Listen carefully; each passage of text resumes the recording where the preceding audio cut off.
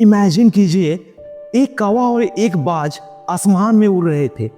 कौवा छोटी छोटी बातों में उलझा रहता है, वो झुंड में उड़ता है और जैसे ही तेज हवा या बारिश आती है वो डर कर छिप जाता है। लेकिन बाज वो अकेला उड़ता है, तेज हवा या आंधी से भागता नहीं, बल्कि उसी हवा का इस्तेमाल करके और ऊपर और ऊंचाई पर वो उड़ता है। अब सोचिए, हम अपनी जिंदगी कौवे की तरह जी रहे हैं या बाज की तरह? छोटी बातों में उलझकर जी रहे हैं या हिम्मत से चुनौतियों का सामना करके ऊपर उड़ रहे हैं? यह आपकी लाइफ है, थोड़ा देर बैठ के सोचिए। आज हम बात करेंगे द ईगल माइंडसेट की। तो कैसे हम अपने माइंडसेट को एक बाज की तरह बना सकते हैं। नमस्कार साथियों, आप सुन रहे हैं बुक संगम, जहां हम लाते हैं बेहतरीन किताब और आइडिया का सार आसान और सिर्फ हिंदी भाषा में। तो अगर आप इस चैनल पे नए हैं तो प्लीज बुक संगम को सब्सक्राइब जरूर कीजिएगा। और चलिए सीखते हैं वो सारे लेसन द ईगल माइंडसेट की ओनली ऑन बुक संगम पर। पहला चैप्टर कहता है ड्रीम बिग, ऊंचे सपने देखो। ज्यादातर लोग छोटे छोटे सपनों में उलझ कर रह जाते हैं। सोचते हैं बस जॉब मिल जाए, खाना पालन ठीक हो जाए, बस जिंदगी निकल जाए यार, यही बस काफी है। लेकिन अगर बाज जैसा सोचोगे तो आसमान तक पहुंच सकते हो। जैसे दो दोस्त थे, पहला बोला मुझे बस एक साधारण नौकरी चाहिए, लेकिन दूसरा बोला मुझे साइंटिस्ट बनना है, मुझे रॉकेट उड़ाना है, मुझे रॉकेट बनाना है। पहला दोस्त छोटी सोच में रहा, वो रह गया वहीं पे, लेकिन दूसरा साइंटिस्ट बन गया। फर्क क्या था? सिर्फ और सिर्फ सोच का। जैसे हमारे देश के doctor APJ Abdul Kalam sir, बड़े सपनों ने ही उन्हें मिसाइल मैन और भारत का राष्ट्रपति बनाया। नीरज चोपड़ा गांव का लड़का था, लेकिन ऊंचा सपना देखा और ओलंपिक में गोल्ड जीता। क्या करना है? आज एक कागज पर लिखो, एक पेपर पे नोट करो, लिखो, अगर मुझे कोई डर ना हो तो मैं कौन सा बड़ा सपना देखूंगा। क्योंकि देखना ही है तो बड़ा सपना देखो, छोटा नहीं। छोटी सोच आपको छोटा बनाएगी, बड़ा सोच बड़ा बनाएगी।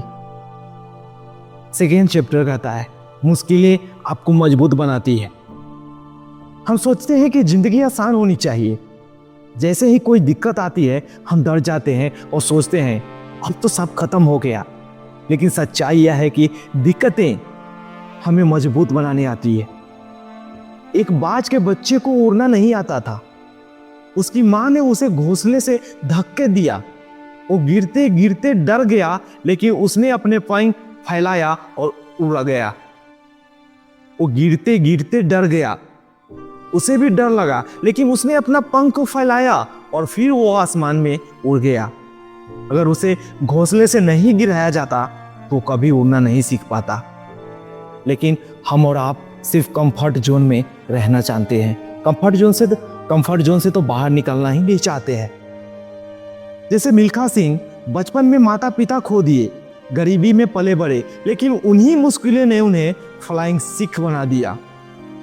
जेके रोलिंग गरीबी और कई बार नाकामी के बाद भी लिखती रही और दुनिया की वो सबसे बड़ी राइटर हैरी पॉटर दी।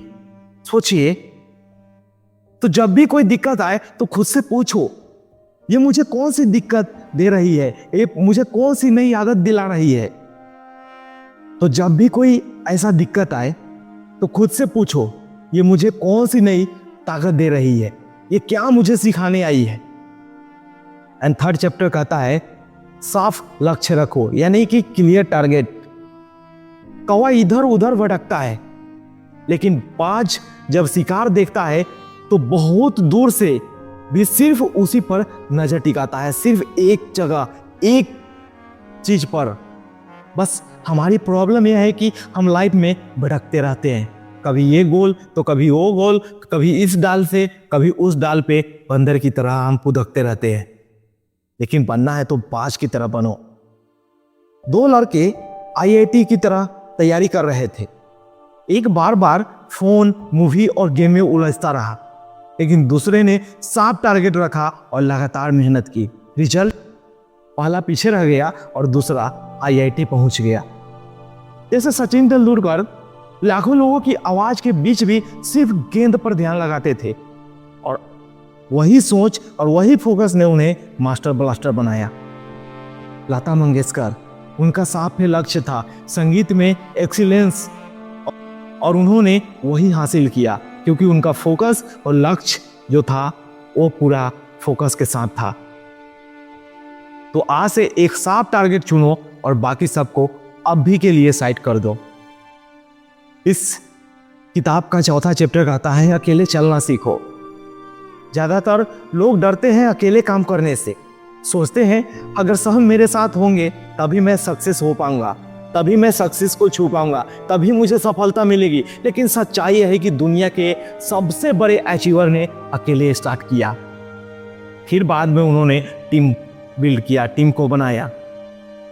राइट ब्रदर्स अकेले एक्सपेरिमेंट करते थे, लोग मजाक उड़ाते थे, लेकिन बोलते थे कि उड़ना नामुमकिन है, लेकिन उन्होंने इस बात पे विश्वास अडिग रहा और उन्होंने लोग को दिखाया। लेकिन उन्होंने अकेलेपन को ताकत बनाया और एयरप्लेन बना दिया, जो कि आज हम सब उस प्लेन में उड़ते हैं और एक जगह से दूसरे जगह बड़ी आसानी से जाते हैं। लेकिन उन्होंने भी अगर वो हार मान गई होती, लोगों को सुना होता, तो आज हम प्लेन में नहीं होते। जैसे स्वामी विवेकानंद अकेले विदेश गए और भारत का संदेश दिया। रतन टाटा कई बार डिसीजन पर लोग उनके खिलाफ थे, लेकिन उन्होंने अकेले सही फैसला लिया। तो आज एक काम ऐसा करो जिसमें सपोर्ट न मिले और खुद पर भरोसा रखो। पांचवा चैप्टर कहता है डर को सीढ़ी बनाओ। हम डर को देखकर रुक जाते हैं, लेकिन बाज की खासियत है वो डर तूफान को अपने लिए सीढ़ी बना लेता है। जैसे एक लड़का स्विमिंग से डरता था, एक दिन उसने डिसाइड किया मैं डर से भागूंगा नहीं। उसने धीरे धीरे पानी में उतरना शुरू किया और आज वो चैंपियन स्विमर है। जैसे मैरी कॉम चोट और हार के डर को सीढ़ी बनाकर वो बार बार जीतती रही। एडमंड हिलेरी डर को हराकर माउंट एवरेस्ट पर चढ़ने वाले पहले व्यक्ति बने। तो अपने बिगेस्ट डर को लिखो और अगले 7 दिनों में उसका पहला छोटा स्टेप लो। छठा चैप्टर कहता है इस किताब का धैर्य रखो, बी पेशेंस। लोग सब कुछ जल्दी चाहते हैं, अरे आज मिल जाए, आज हमने स्टार्ट किया कल मिल जाए।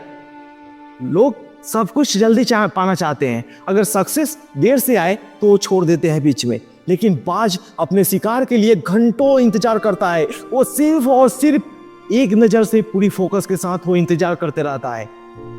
जैसे एक किसान ने बीज बोया, हर दिन मिट्टी खोदकर देखता था बीज निकला या नहीं। रिजल्ट वो बीज खराब हो गया। सफलता को भी पैसेंस चाहिए मेरे दोस्त।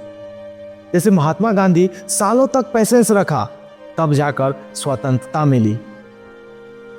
आज एक लॉन्ग टर्म गोल लिखो और कमिट करो कि मैं इसे कम से कम 1 साल पैसेंस से फॉलो करूंगा। करके देखिए मेरे दोस्त। और 7वां जो इस चैप्टर का जो कि सबसे प्यारी है, बाज की तरह जियो, लिव विथ ईगल माइंडसेट। ज्यादातर लोग छोटी छोटी बातों में उलझ कर रह जाते हैं। गॉसिप, कंपैरिजन, जेलियस, ये सब क्रो माइंडसेट है, वो कौवे की माइंडसेट है। एक बाज जो था एक कौवे के साथ वो उड़ रहा था। कौवा ने बार बार बाज को चोंच मार रहा था। बाज ने उनसे लड़ाई नहीं की, वो ऊपर ऊपर उड़ता गया इतनी ऊंचाई पर कि कौवा खुद थक कर नीचे गिर गया। यही माइंडसेट चाहिए, छोटी बातों में नहीं उलझना है आपको। अगर कोई कुछ बोलता है, अगर कोई थोड़ा सा जलीस करता है, आपको पीछे खींचने की कोशिश करता है, उससे फोकस मत करो। आप अपना काम करते रहो, आप अपनी गोल पर ध्यान दो और सफलता को पाने के लिए कोशिश करो। क्योंकि आप लोगों की बातें सुनोगे तो कभी भी आप अपने गोल को अचीव नहीं करोगे। तो be like as a eagle mindset. जब भी कोई छोटी बात या नकारात्मकता लोग आपको परेशान करे तो खुद से कहो मैं कौवा नहीं हूं, मैं ईगल हूं। मुझे ऊपर उड़ना आता है और मैं ऊपर उड़ के दिखाऊंगा और हर एक ऐसे कौवे को मैं नीचे धकेल दूंगा। ये माइंडसेट से जीना है और ये माइंडसेट से जीवन में आगे बढ़ना है। द ईगल माइंडसेट हमें यही सिखाती है कि बाज की तरह सोचो और बाज की तरह जियो। बड़े सपने देखो, मुश्किलें से ताकत लो, साफ लक्ष्य रखो और अकेले चलना सीखो। डर को सीढ़ी बनाओ, पैसेंस रखो और छोटी छोटी बातों में मत उलझो। अब आप बताइए मेरे दोस्त, आपकी लाइफ का सबसे बड़ा ड्रीम क्या है? जहां आप ईगल की तरह उड़ना चाहते हैं या कौवे की तरह नीचे गिरना चाहते हैं? कमेंट करके जरूर लिखिएगा। तो मेरे दोस्त, आज की यह समरी आपको कैसी लगी? अगर पसंद आई तो बुक संगम को सब्सक्राइब कीजिएगा, इस वीडियो को लाइक जरूर कीजिएगा ताकि अगली किताब और आइडिया की ताकत भी आप मिस ना कर सके। आज की इस ऑडियो समरी में बस इतना ही। मिलते हैं अगले एपिसोड में सिर्फ और सिर्फ बुक संगम पर। तब तक आप कीप रीडिंग, कीप ग्रोइंग। जय हिंद, जय भारत।